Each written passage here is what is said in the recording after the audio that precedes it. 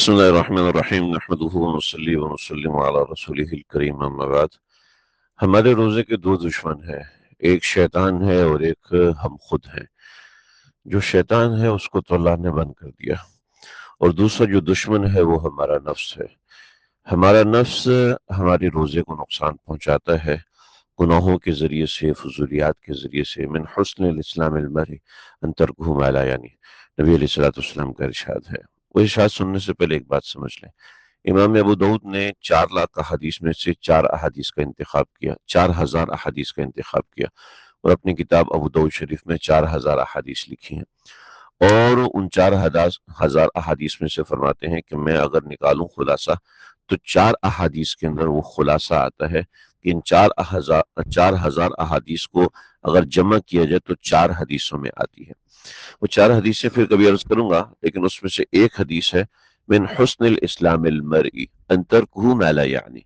اسلام کا حسن، کسی بھی انسان کے اسلام کا حسن یہ ہے کہ ان ترکہ ما لا یعنی، کہ وہ لایانی چیزوں سے اپنے آپ کو بچائے، لایانی چیزیں اپنی زندگی میں سے ڈیلیٹ کر دیں۔ اب لایانی چیزیں کیا ہوتی ہیں؟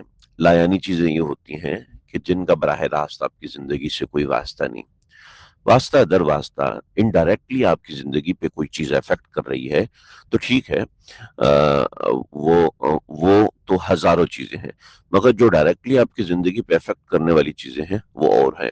چنانچہ جو ڈائریکٹلی چیزیں افیکٹ کرتی ہیں ٹھیک ہے، آپ اس سے کنیکٹ رہیں، مگر جو انڈائریکٹلی افیکٹ کر رہی ہیں آپ کی زندگی کو، ان چیزوں سے آپ نے کنیکٹ نہیں رہنا، ان چیزوں کو آپ نے ترک کرنا ہے۔ چنانچہ من حسن الاسلام المرء ان ترکہ ما لا یعنی، جو لایانی چیزیں ہیں۔ اب اس کی سب سے بڑی مثال آج کے زمانے میں ہے ایران، کہ ہم نے، شیطان تو ہمارا بند ہو گیا لیکن ایران کو ہم نے داخل کر دیا۔ میں ایران اور شیطان کو نہیں ملا رہا، مسئلہ یہ ہے کہ ہم نے ایک ترتیب بنائی ہوئی ہے کہ اپنے اعمال اس ترتیب سے کرنے ہیں، اس حساب سے کرنے ہیں، مگر اس کے درمیان ایران وار چھڑ گئی ہے، انٹرنیشنل حالات خراب ہو گئے ہیں، ہمارے کچھ لوگ ہیں عمرے پہ گئے ہوئے ہیں، وہ وہاں پہ پھنس چکے، اور اس طرح عالمی حالات خراب ہو گئے۔ تو دیکھیے، عالمی حالات سے میرا آپ کو براہ راست تو کوئی تعلق نہیں ہے۔ جن لوگوں کا تعلق ہے سیاسیات سے، ان کا تعلق ہے تو رہے، ظاہر بات ہے ان کو اپڈیٹس ہونا ملنا ضروری ہے، ہر گھنٹے کی خبر وہ لے رہے ہوتے ہیں، لیکن ان کو بھی چاہیے کہ وہ کسی اللہ والے سے رجوع ہوں اور اللہ والے سے پوچھیں کہ کس طریقے سے ان کو آگے بڑھنا ہے، کس طریقے سے ان کو عبادات کرنی ہے، کس طریقے سے ان کو مسلح پہ رہنا ہے۔ اب ہمارا نہ عالمی میڈیا سے تعلق ہے، نہ عالمی حالات سے ہمارا براہ راست تعلق ہے۔ ہاں البتہ اس کی وجہ سے پرائس افیکٹ ہو رہی ہیں، اور پرائس افیکٹ کی وجہ سے پیٹرول مہنگا ہو رہا ہے، کرایہ بڑھ رہا ہے، وہ براہ راست نہیں ہے، وہ بالواسطہ ہے۔ لہٰذا ہمیں اب ان چیزوں میں اپنے آپ کو نہیں لگانا۔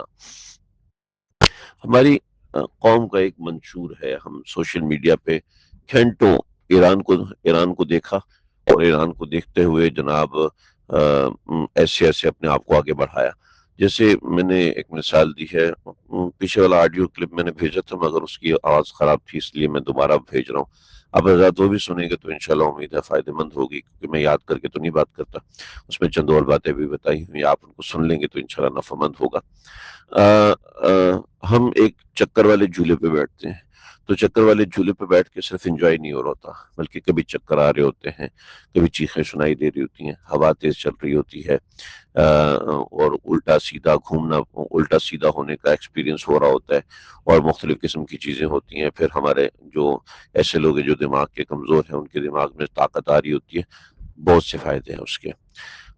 لیکن وہ چکر والے جھولے کے اوپر بیٹھنے سے آپ کو صرف چکر نہیں آتے، آپ کو صرف انجوائے نہیں ہوتا، بلکہ اور بھی دسیوں قسم کی چیزیں ہوتی ہیں۔ جو سوشل میڈیا ہے، یوٹیوب ہے، انسٹاگرام ہے، فیس بک ہے، یہ سورس آف انفارمیشن نہیں ہے، صرف سورس آف انفارمیشن نہیں ہے بلکہ سورس آف انٹرٹینمنٹ بھی ہیں، اور یہ ٹائم ضائع کرنے کی مشینیں بھی ہیں، یہ آپ کے اوقات میں بے برکتی لانے والی چیزیں بھی ہیں، اور یہ ایڈورٹیزمنٹ ٹولز بھی ہیں، اور لہٰذا جب آپ اس کو کھولتے ہیں تو آپ ایڈورٹیزمنٹ والوں کا شکار بن رہے ہوتے ہیں، آپ انٹرٹینرز کا شکار بن رہے ہوتے ہیں، آپ بلاسفیمرز کا شکار بن رہے ہوتے ہیں، آپ کمانے والوں کا شکار بن رہے ہوتے ہیں، آپ کنٹینٹ کا شکار بن رہے ہوتے ہیں، اور وہ صرف چھوٹا سا نہیں ہے بلکہ اس کے پیچھے ایک پورا سسٹم، ایک الگوریدم چل رہا ہے جو آپ کی لائف پہ افیکٹ ڈال رہا ہوتا ہے۔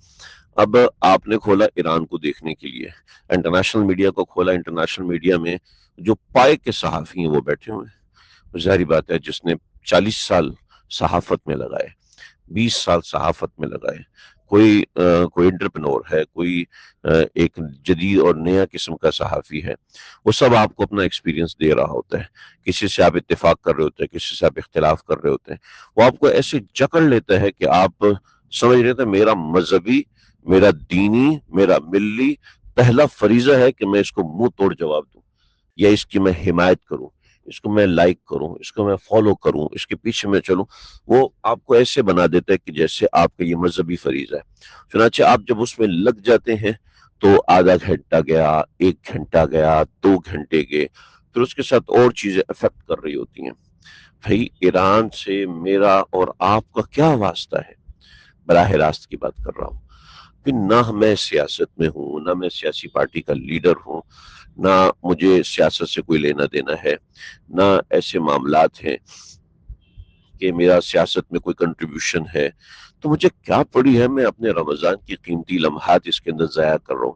بہت سے لوگ چارٹس بھیجتے ہیں اور چارٹس کے اندر یہ بات کثرت سے دیکھنے کو آ رہی ہے جناب وہ سوشل میڈیا کا استعمال بڑھ رہا ہے اور ایران کی خبریں دیکھنا ضروری ہے، ایک ٹینشن ہے دماغ کے اندر بیٹھی ہوئی ہے، جی یہ نہ ہو جائے، وہ بھی جب ہو جائے گا تو پتہ چل جائے گا نا، بھی کیا پڑی ہے۔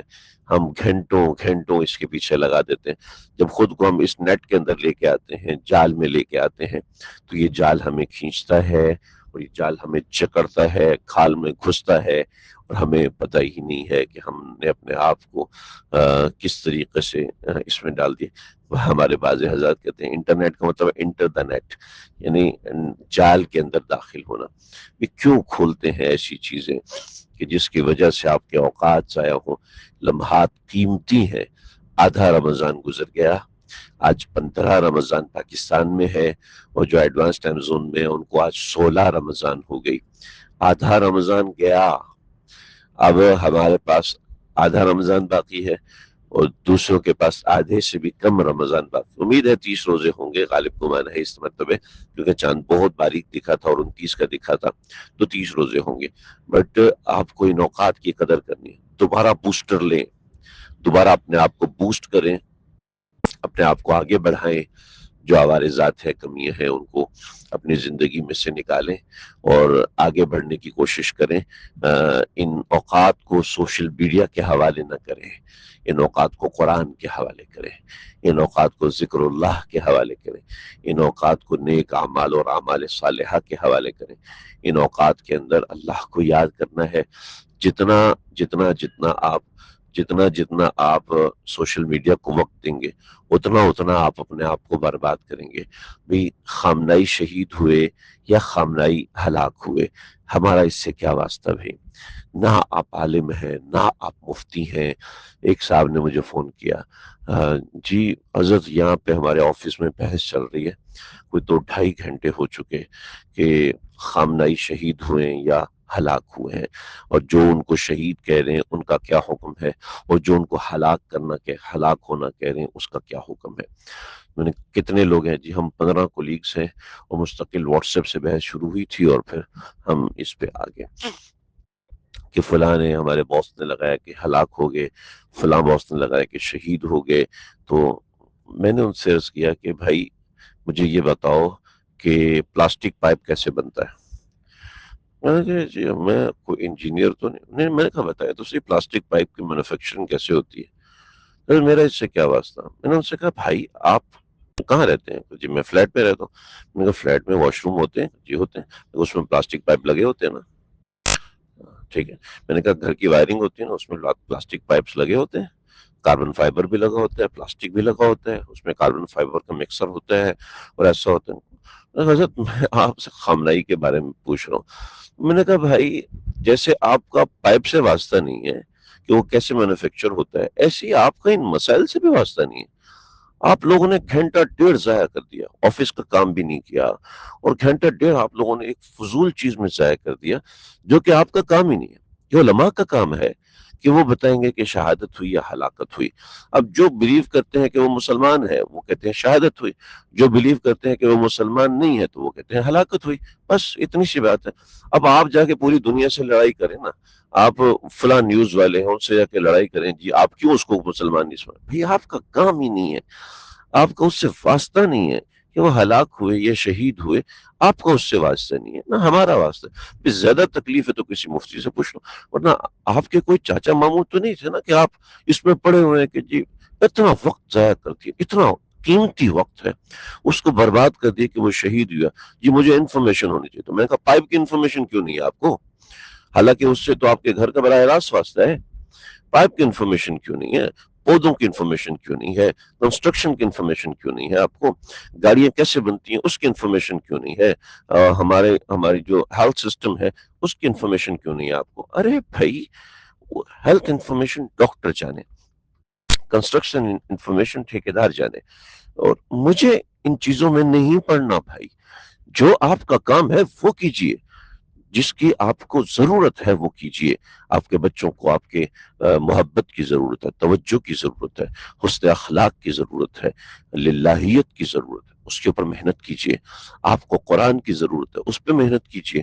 آپ ان چیزوں میں پڑے ہوئے ہیں جو بالکل آپ کے حساب سے فضول، دوسرے کے حساب سے جو سیاسیات میں ہیں ان کے حساب سے فضول نہیں ہے، لیکن آپ اس چیز پہ محنت کیجئے جو آپ کی ضرورت ہے. اس سے پیٹرول مہنگا ہو جائے گا تو کیا کریں گے آپ کو پتا ہو جائے گا. آپ کو جب پتا ہوگا تو پیٹرول سستا ہو جائے گا.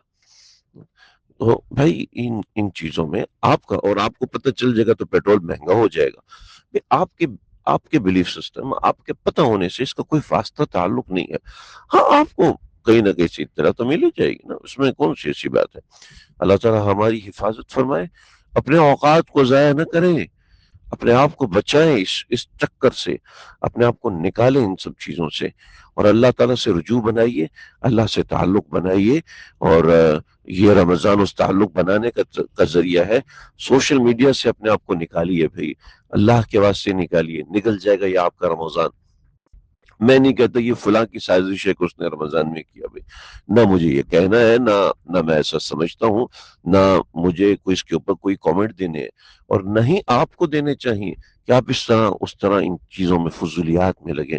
ضروریات کی طرف آئیے، فضولیات سے نکلیے. اللہ تعالیٰ سمجھنے کی توفیق دے.